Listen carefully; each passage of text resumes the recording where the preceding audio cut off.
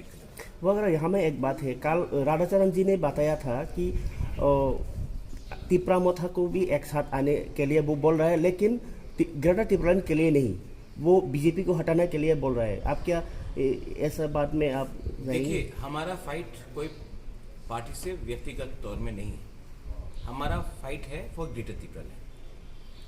अगर बीजेपी को हटाने के बाद ग्रेटर तिपरालैंड नहीं मिला तो क्या फायदा?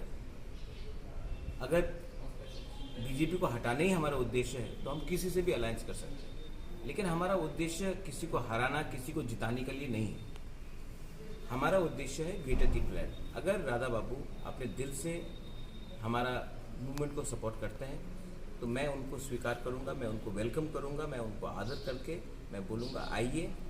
2023 के बाद हम लोग देखेंगे कि कौन किस पार्टी में रहता है, लेकिन 2023 तक हमको एक होकर ग्रेटर तिपरालैंड, अपने तिपरासा के लिए, पार्टी को छोड़ दो, अपने तिपरासा के लिए एक होकर एक मूवमेंट करना चाहिए और अपने लोगों को मिसलीड या धोखा नहीं देना चाहिए। हम लोग को एक संग आकर फाइट करना चाहिए। I welcome Radha Babu statement कि थानसा चाहिए, उन्होंने कहा कि थानसा होना चाहिए, मैं वेलकम करता हूँ। मैं और भी आगे इसको एक्सटेंड करके बोलना चाहता हूँ कि आइए हम लोग एक संग, एक ही होकर ग्रेटर तिपरालैंड या तिपरालैंड के लिए फाइट करें। अगर हमने ये फाइट किया तो गवर्नमेंट ऑफ इंडिया कुछ ना कुछ हमें दे सकता है। अगर हमने ये एक संग होकर फाइट नहीं किया तो डिवाइड एंड रूल पॉलिसी में हम तिपरासा को ख़त्म किया जाएगा। जी, लास्ट